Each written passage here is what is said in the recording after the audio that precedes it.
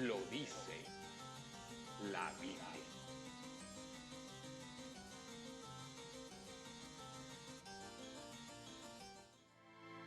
La Biblia lo dice. Lo dice Dios.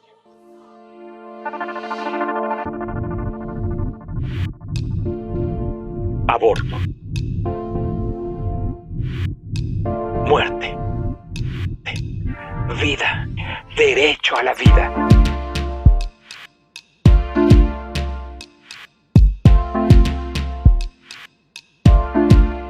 Aborto no. Sí a la vida. En el Salmo 139, la palabra de Dios dice: Porque tú formaste mis entrañas, tú me hiciste en el vientre de mi madre. Te alabaré, porque formidables, maravillosas son tus obras.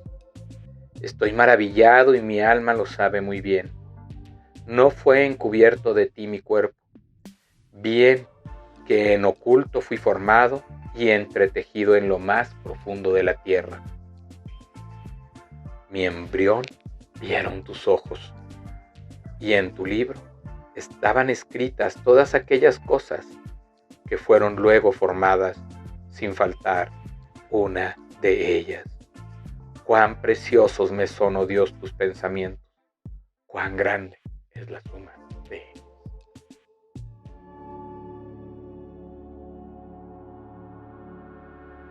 Todo el contenido de esta película es auténtico. Algunas escenas son muy explícitas. Se aconseja la supervisión de los padres. Con el Dr. Bernard N. Nathanson. Mi nombre es Bernard Nathanson. Soy médico, obstétrico y ginecólogo. Tengo una gran experiencia en cuestión de abortos. Cuando estudiaba medicina en 1949, no teníamos la ciencia de la fetología. Se nos enseñaba que el niño no nato, el feto, era algo que estaba en el útero, pero realmente era cuestión de fe, el determinar si era un ser humano o no, y si ese ser tenía cualidades personales únicas o si carecía de ellas. Pero la ciencia ha adelantado desde la década de los 70. Fue en esa época cuando surgió la ciencia de la fetología en la comunidad médica. Surgió mediante la introducción de tecnologías nuevas y grandiosas, como las imágenes ultrasónicas, la inspección cardíaca del feto por medios electrónicos, la histeroscopía, la inmunoquímica por medio de rayos y muchas otras modernas tecnologías deslumbrantes que en la actualidad constituyen el cuerpo de la ciencia de la fetología. La observación ultrasónica instantánea del niño cuando está en movimiento ha estado disponible como herramienta clínica desde 1976. La sala para exámenes ultrasónicos consiste de una mesa común, además del aparato para observar las imágenes ultrasónicas. La mujer embarazada se coloca en la mesa para recibir el examen. El abdomen se cubre apropiadamente. Ahora se coloca la parte superior del instrumento sobre el útero. Este aparato, a su vez, consiste fundamentalmente de un cristal que emite ondas sonoras pulsátiles de alta frecuencia y de un transductor que recibe el eco de esas ondas. Luego, una computadora examina el eco y a su vez lo transforma en una imagen reconocible del niño vivo no nato. Se puede observar la imagen del niño mediante un registro lineal, que es útil en las etapas avanzadas del embarazo, o mediante un registro de sectores que es más acertado para el delineamiento del niño durante los primeros meses del embarazo. La imagen, que se ha reconstruido mediante el patrón del eco, posee una claridad verdaderamente asombrosa. Este instrumento define tan claramente las imágenes que las pequeñas válvulas del corazón se pueden estudiar mientras se abren y se cierran durante las contracciones cardíacas. Por primera vez, mediante esta espectacular tecnología, a los padres se les permite ver a su hijo antes de que nazca. Y esa tecnología, esos aparatos y máquinas que ahora usamos diariamente, nos han convencido, más allá de toda duda, que el niño no nato simplemente es otro ser humano, otro miembro de la comunidad humana, igual a cualquiera de nosotros en toda forma. Ahora, por primera vez, tenemos la tecnología para ver el aborto desde el punto de vista de la víctima. La imagen ultrasónica nos ha permitido ver esto.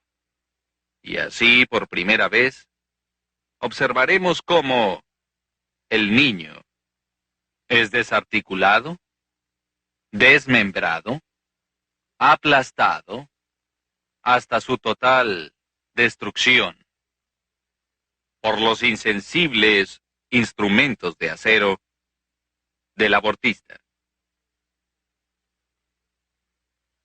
Lo que estamos observando es una representación del desarrollo de este niño en su etapa de vida prenatal, virtualmente desde el principio hasta el final de esa etapa. Aquí tenemos al niño a las 4 semanas, 8, 12, 16, 18, 20 y a las 28 semanas.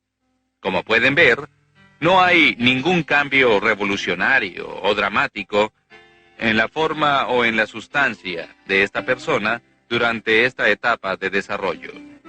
Esta pequeña persona, a las 12 semanas de edad, es un ser humano, completamente formado e identificable. Ha tenido ondas cerebrales por lo menos durante las últimas 6 semanas. Su corazón ha estado funcionando tal vez durante 8. Y todo el resto de sus funciones humanas no son diferentes a cualquiera de las nuestras. Este libro se llama Obstetricia de Williams. Fue escrito en 1980. Es un libro de texto que se usa en todas las escuelas de medicina de los Estados Unidos de Norteamérica. El prólogo de este libro, publicado en 1980, hace la siguiente advertencia. Felizmente hemos entrado a una era en la cual, apropiadamente, podemos considerar y tratar al feto como nuestro segundo paciente. ¿Quién hubiera soñado hace unos cuantos años que como médicos podríamos servirle al feto? La ética y los preceptos médicos tradicionales nos dictan que no debemos destruir a nuestros pacientes, que estamos comprometidos a preservar sus vidas. Ahora veamos lo que le hace el aborto a nuestro segundo paciente. Tenemos al niño no nato de 12 semanas de edad en el útero. El útero es este músculo que rodea al niño. Cuando el abortista inicia el procedimiento, primero coloca este instrumento, que se conoce como espéculo, dentro de la vagina de la mujer, y luego la abrirá para visualizar el cuello uterino, el cual vemos aquí. Habiendo observado el cuello uterino, el abortista toma este instrumento que se conoce como tenáculo. Lo fija firmemente a través del espéculo en el cuello uterino de esta forma. Cierra el tenáculo y entonces procede a sujetarlo firmemente en el cuello uterino. El siguiente instrumento que entra en juego se llama sonda.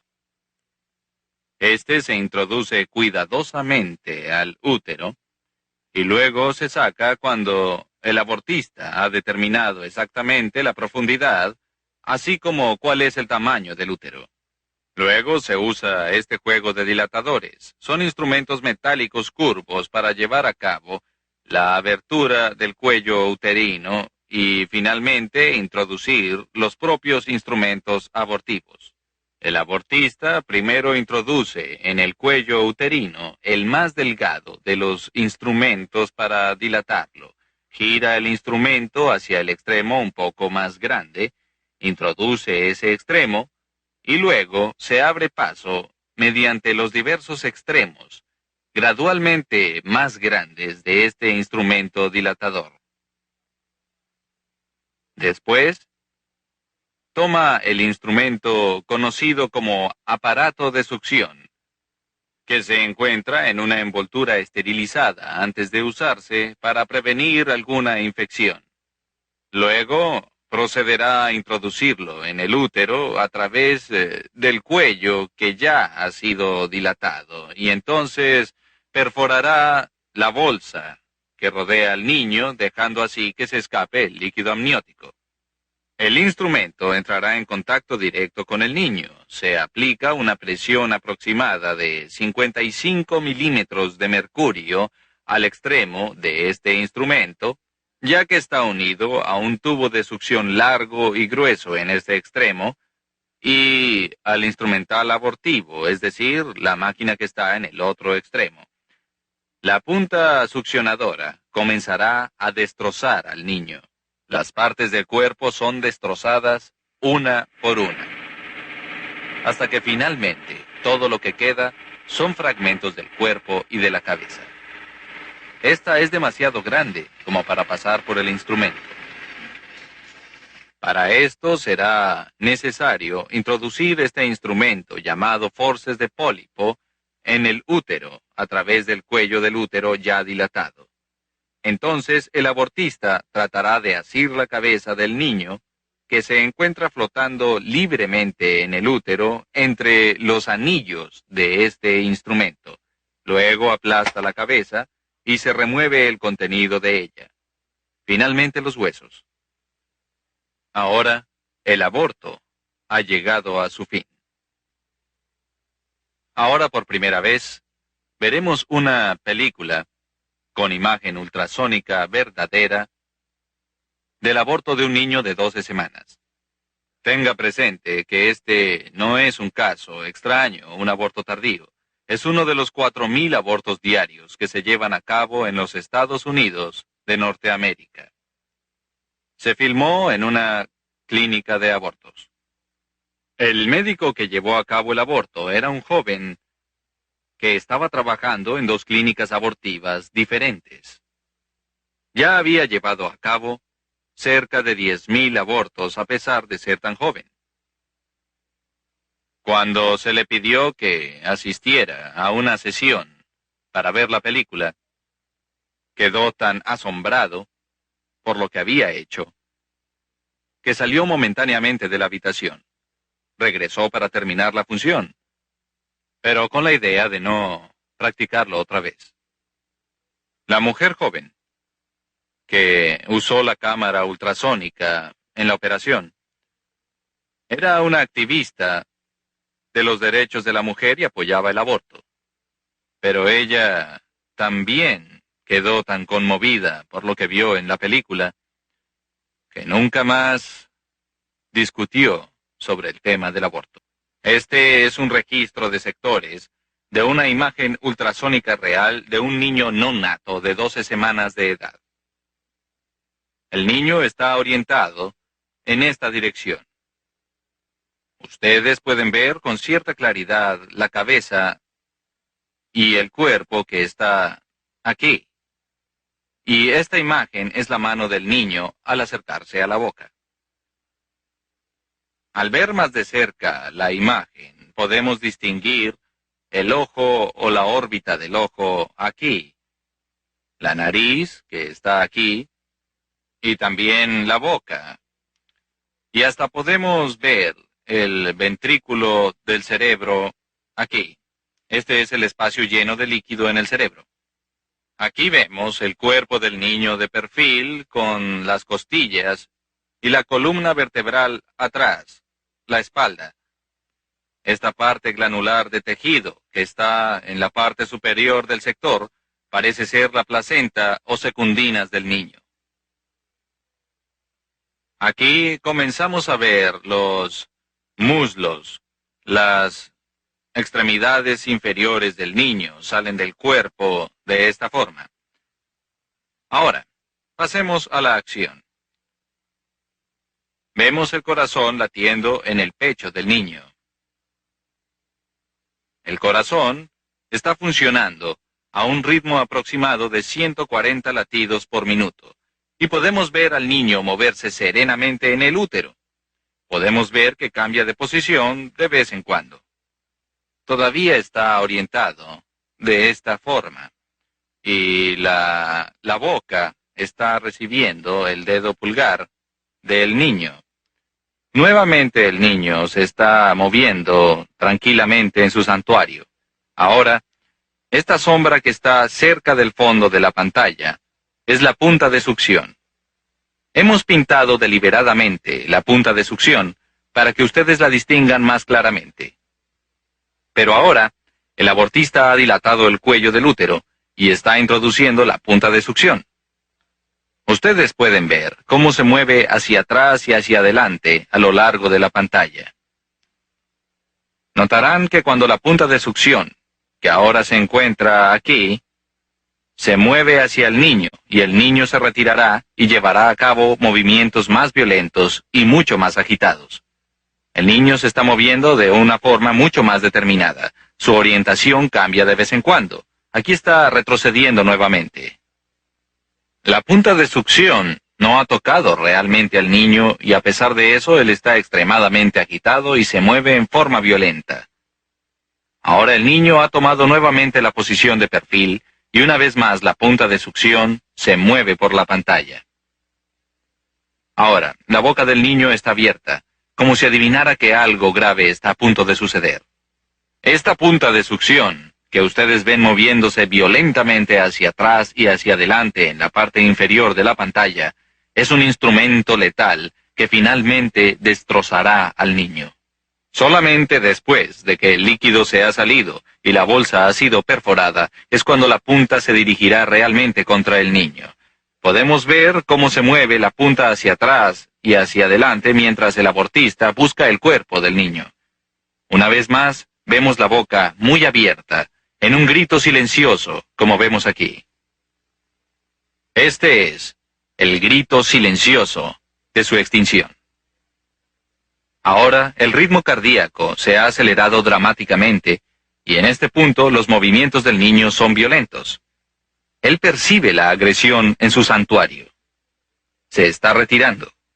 Podemos verlo moverse hacia el lado izquierdo del útero, en un intento patético de escapar de los instrumentos inexorables que está usando el abortista para acabar con su vida. Ahora, el corazón se ha acelerado perceptiblemente.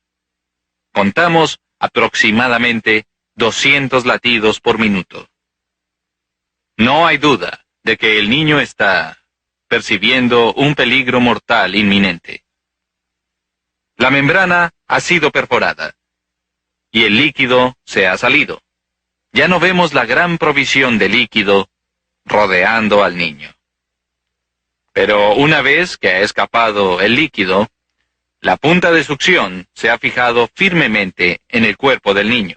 La punta de succión del abortista está atrayendo al niño en dirección hacia abajo debido a la presión negativa que le aplica. Ahora está desprendiendo sistemáticamente el cuerpo de la cabeza. La cabeza se encuentra aquí, en esta dirección. Como ustedes pueden apreciar, ya se perdieron las extremidades inferiores. Aún logramos ver la punta de succión de vez en cuando en la pantalla, como una serie de ecos en forma de tifón. El niño es arrastrado de un lado a otro, ya que la punta de succión se ha aplicado al cuerpo y el abortista está ejerciendo de esta forma la tracción sobre el niño en cuestión. La cabeza del niño todavía se distingue aquí. El cuerpo ya no se puede distinguir, ha sido separado de la cabeza. Lo que vemos ahora es la cabeza sola, con lo que se llama eco de línea media, y algunos fragmentos de huesos. Ahora, la cabeza de este niño de 12 semanas de edad, la cual estoy delineando aquí, simplemente es demasiado grande para que se pueda extraer entera del útero. El abortista va a tener que usar este instrumento, el forceps de pólipo, para poder asir la cabeza. El abortista tratará de aplastar la cabeza con este instrumento, de esta forma, y sacar pieza por pieza la cabeza del útero. El abortista y el anestesista usan entre sí un lenguaje secreto que los protege de la penosa realidad de lo que está pasando. El abortista y el anestesista se refieren a la cabeza del niño, la cual están buscando en este momento como el número 1. Y el anestesista le preguntará al abortista si ya salió el número 1. ¿Ya terminamos? Podemos ver intermitentemente las hojas de este instrumento que aparecen en esta imagen. La cabeza tiende a flotar libremente en el útero. Aquí están pasando las hojas del instrumento a través de la pantalla. Ahora la cabeza está siendo sujetada por el forceps de pólipo. La cabeza está siendo atraída hacia el cuello del útero. Ahora, todo lo que vemos son simplemente los fragmentos.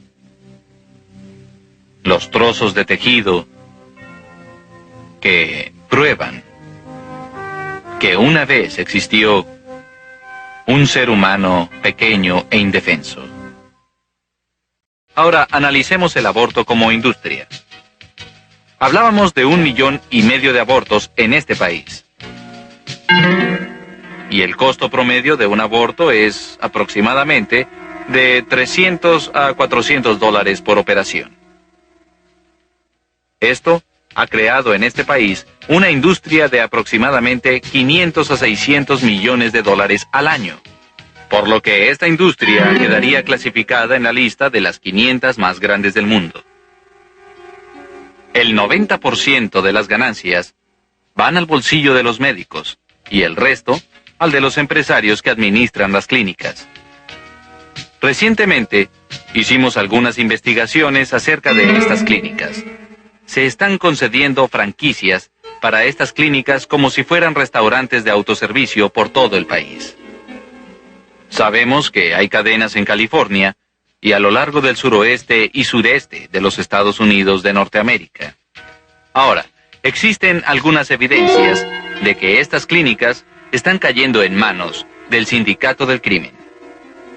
Y que este dinero que producen los abortos, está contaminado no solo por la sangre de las víctimas, sino también por la mano del sindicato del crimen en esta nación. Cuando discutimos el aborto, también debemos entender que el niño no nato no es la única víctima.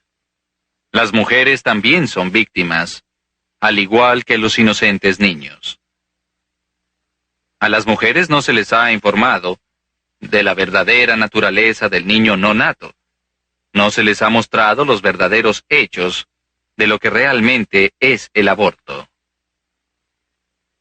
Las mujeres, en números crecientes de cientos, miles y hasta decenas de miles, han sufrido perforaciones, infecciones, destrucción total de sus órganos reproductores, han quedado estériles como resultado de una operación de la cual no tenían un verdadero conocimiento. Esta película, así como otras que se produzcan a continuación, deben formar parte necesariamente de la información que se le dé a cualquier mujer antes de que se someta a una operación de esta clase.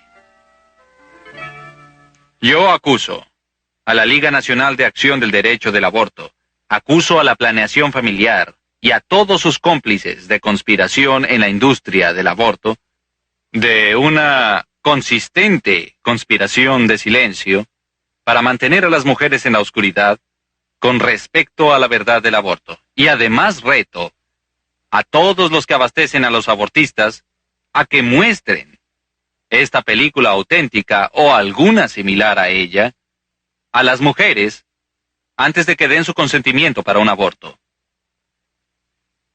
Creo que yo sé un poco acerca del aborto. Yo fui uno de los fundadores de la NARAL. Ahora se conoce como la Liga Nacional de Acción del Derecho del Aborto. Durante un periodo de 2 años fui el director de la clínica de abortos más grande en el mundo occidental. Y desde esa época tenemos una ciencia que se conoce como fetología, la cual nos ha permitido estudiar al feto humano. Todos esos estudios han concluido sin excepción que el niño no nato es un ser humano igual a cualquiera de nosotros y es parte integral de nuestra comunidad humana. Ahora, la destrucción de un ser humano no es la solución a lo que fundamentalmente es un problema social. Creo que recurrir a tal violencia es admitir un empobrecimiento científico y peor aún, ético. De alguna forma me rehúso a creer que los científicos que llevaron al hombre a la luna no puedan crear una solución mejor que recurrir a la violencia. Creo que todos, aquí y ahora, deberíamos dedicarnos a un gran esfuerzo para crear una mejor solución, una solución que esté compuesta de amor, de compasión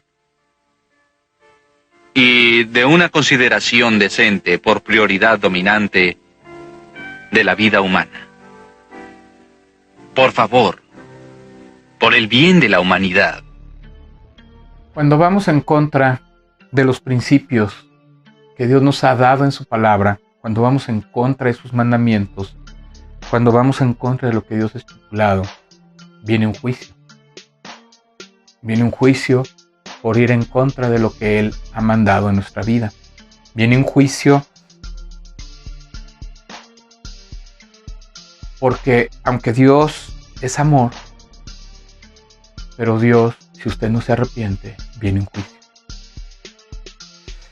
Y aquellas personas que abortan serán juzgadas por medio de la palabra de Dios, serán juzgadas por Dios.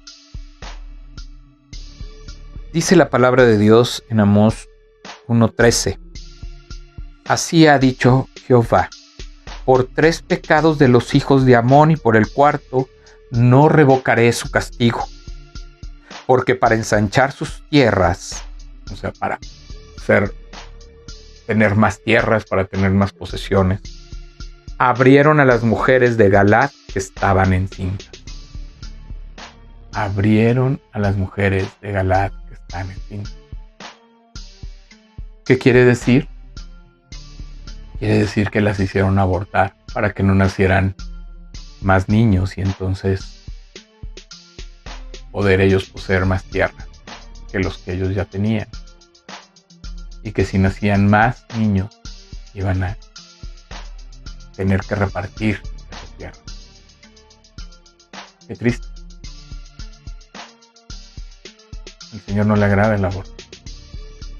El Señor no se agrada con la muerte de un ser humano. Uno de sus mandamientos dice: no matarás. Y puede sonar muy duro, pero así es. Estamos matando una vida inocente, una vida que no se puede defender. Pero habemos personas afuera defendiendo la vida de aquel que no se puede defender. Estamos levantando la voz de aquel que no puede hablar, de aquel que no puede pedir auxilio. Y de aquel que cuando pide auxilio no le queda más que defenderse, sabiendo que va a perder la batalla. vamos a ver unas cifras del aborto en México a partir de que se despenalizó en la Ciudad de México, ahí en abril de 2007, ¿verdad? En las primeras 12 semanas de gestación. Eso es como está establecido en las leyes ahí en la Ciudad de México, que las primeras 2 semanas, hasta las primeras 2 semanas se puede, como le dicen ellos, interrumpir el embarazo, que no tiene nada que ver con interrumpir el embarazo, ya lo hemos visto, sino el aborto, ¿verdad? Se puede abortar dentro de las 12 semanas de gestación. Hasta el 31 de mayo del 2016 se habían realizado legalmente 160,170 abortos. Estos son en los hospitales de la Secretaría de la Salud del Distrito Federal, ¿verdad? Vamos viendo las personas, ¿verdad? ¿De dónde vienen las personas que están abortando por medio de esta ley en la Ciudad de México? Bueno, de la Ciudad de México son el 72.5%. Del Estado de México son el 24.1%. Y de otro lugar, ya sea de aquí de la República o de algún extranjero, es el 3.3%. Eso es como ahorita está la parte gráfica, ¿verdad? Del aborto, en cómo se ha ido incrementando y cada vez, ¿verdad? Va creciendo esto por una cuestión legal, por una cuestión de leyes, de que se votan leyes, ¿verdad? En contra de la vida del ser humano, en contra de la vida de esa criatura que está ahí gestada en el vientre de la madre. Vamos a ver de las mayorías de los que realizan abortos legales en la Ciudad de México, vimos que son una parte importante de los capitalinos. ¿Qué nivel de estudios tienen? Fíjense, esto está preocupante. Primaria, el 7.9%. ¿Cómo vamos a pensar que una niña de primaria que está en una etapa de ingenuidad, a lo mejor está en una etapa de jugar con muñecas o de jugar con sus amigas o de convivir con la familia, puede hacer que en la primaria, ¿verdad? Aquí no lo dice, pero imagino que es a partir de quinto o sexto de primaria, hoy empiezan a madurar las niñas un poco antes de cómo era anteriormente, ¿verdad? ¿Qué quiere decir esto? Que muchas están teniendo su regla a partir de los 10, 11 años. Entonces por eso es que pues entra la cuestión hormonal más rápido y muchas pues empiezan a querer tener relaciones, lo cual no está bien porque pues son niñas, son chiquitas, no tienen esa capacidad de decidir responsablemente sobre su cuerpo, ¿verdad? Todavía dependen de los papás y vemos ahí un 7.9%, me imagino que entre quinto y sexto de primaria. La secundaria, ahí se acrecenta, ¿verdad? Se acrecenta el porcentaje, el 32.9%, ¿verdad? Vemos que casi está al parejo con la preparatoria, la secundaria el 32.9% y la preparatoria el 39.9%. ¿Por qué? Porque ahora en la sociedad hay más, hay papás más permisivos, ¿verdad? O papás que a lo mejor están trabajando y no están poniendo mucha atención en lo que está pasando con los hijos. Y pues son las etapas de la adolescencia, de la preadolescencia, de la adolescencia, ¿verdad? Secundaria y preparatoria, donde pues hay mucha rebeldía, empiezan a salir con las amiguitas, empiezan a salir con los amigos, empiezan a tener mucha curiosidad por tener novio, por ver qué se siente, por pues el primer beso y todo esto que empieza a surgir porque hay el querer experimentar ciertas cosas, ¿verdad? Ahora más pronto, y pues empiezan pues también a tener relaciones sexuales a edades en las que como lo comenté, pues todavía no tienen la madurez psicológica, ni siquiera tienen la información completa de todo, y entonces muchas veces, ¿verdad? Ahora que hay más información en internet, dicen que entre más información hay más desinformación, ¿verdad? Todavía hay mucha inmadurez en el sentido en los muchachos cuando eran prepa, de que no usan preservativos, los que tienen relaciones sexuales no usan preservativos, no usan esto, lo cual pues no son etapas en las que deberían estar procurando tener relaciones sexuales tempranas, sino que deberían estar estudiando, preparándose, teniendo otro tipo de actividades, otro tipo de experiencias, ¿verdad? Que deberían, pues sí, definitivamente tener abstenerse, ¿verdad?, de una vida sexual. ¿Por qué? Porque pues precisamente vienen los embarazos no deseados, ¿verdad? ¿Cuántos hombres no de repente son los que le dicen a las niñas o a las mujeres que tienen que abortar, ¿verdad? ¿Por qué? Porque tienen que abortar, porque no están preparados, porque ellos no se quieren casar todavía, todavía dependen mucho de los papás, muchos son menores de edad. Los que ya son, por ejemplo, tienen mayoría de edad, que serían los de la prepa, pues muchos de ellos también muchos de ellos que están en la prepa, pues ya pues tienen 18 años, ¿verdad? Pero pues de todas maneras son edades demasiado tempranas para tener relaciones sin responsabilidad, para no asumir que verdaderamente eso les puede llevar, ¿verdad?, a un embarazo no deseado, y qué necesidad de pasar por un embarazo no deseado. ¿Qué necesidad en la secundaria, en la preparatoria, estar pasando por embarazos no deseados, complicaciones, problemas familiares, situaciones muy, muy particulares? Entonces, aquí sí yo creo que la verdad debería más bien darse, ¿verdad?, desde la primaria, secundaria y preparatoria, poder preparar a los muchachos, a los jóvenes, en una educación sexual responsable, ¿verdad?, en una salud pública, que esto sea algo público, es una salud pública que ayude, ¿verdad?, a crear conciencia, a hacer una reflexión para evitar embarazos no deseados, ¿verdad? Entonces, y cuando hablo de una educación sexual, pues precisamente, si usted no está siendo responsable, si usted no quiere hacerse responsable en la secundaria, en la preparatoria de un hijo, entonces pues hay que abstenerse. El hombre y la mujer, ¿verdad?, en la etapa del matrimonio fueron creados para precisamente estar juntos, formar una familia y procrear. Ese es el sentido el primer sentido de la relación sexual, y lógicamente que se puedan complementar hombre y mujer. Entonces, pues verdaderamente aquí, cuántas familias, cuántas mujeres también no hay,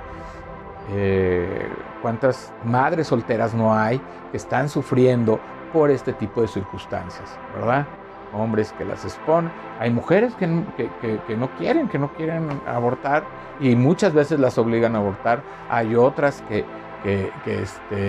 el hombre no quiere abortar y la niña se quiere abortar. Entonces, todas estas situaciones, ¿para qué? Si todavía no tenemos ni siquiera la edad de una responsabilidad, verdaderamente, de asumir una responsabilidad de este grado, entonces, ¿para qué estamos exponiéndonos de esta manera? ¿Verdad? Hay en el grado superior, lo que es la universidad, 17.3%. Se fijan cómo en los porcentajes de la secundaria y la preparatoria es donde están más altos, donde está el 73%, ¿verdad?, del problema. Entonces debemos enfocarnos a una educación sexual en esas edades. Y en el superior ya no tanto, porque en la universidad pues ya empiezan a crecer, se empiezan a desarrollar. Las personas que estudian en la universidad no quieren tener esa responsabilidad todavía, quieren terminar sus carreras. Es un menor porcentaje, sin embargo, pues es un 17% que habla, ¿verdad?, de que pues verdaderamente si todavía estás estudiando, si todavía te estás preparando, pues es mejor, ¿verdad? Que terminando ya tu carrera puedas empezar a tener una proyección de vida para casarte, para tener lógicamente dentro del matrimonio relaciones y tener hijos, ¿verdad? Técnico, pues el 0.3% es bajo. El 0.3%, ¿por qué es bajo el 0.3%?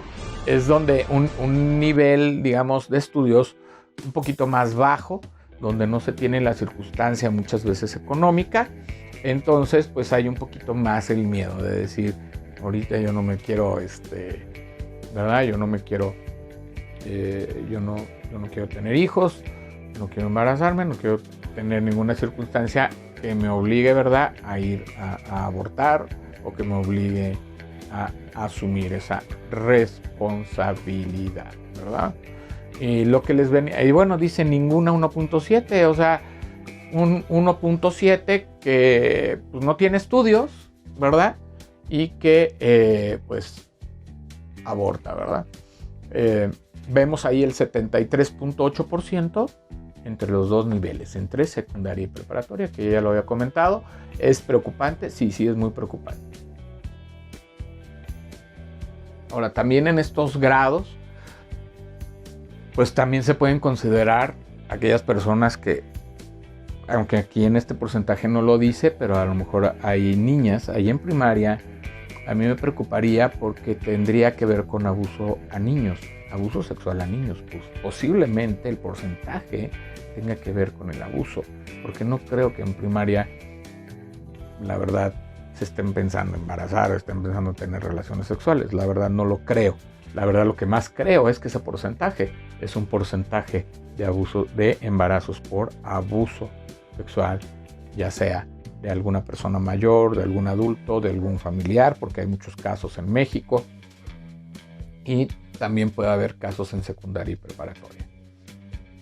Ahora, el método médico, el porcentaje del método médico en el porcentaje mayor es el hormonal, el 74%.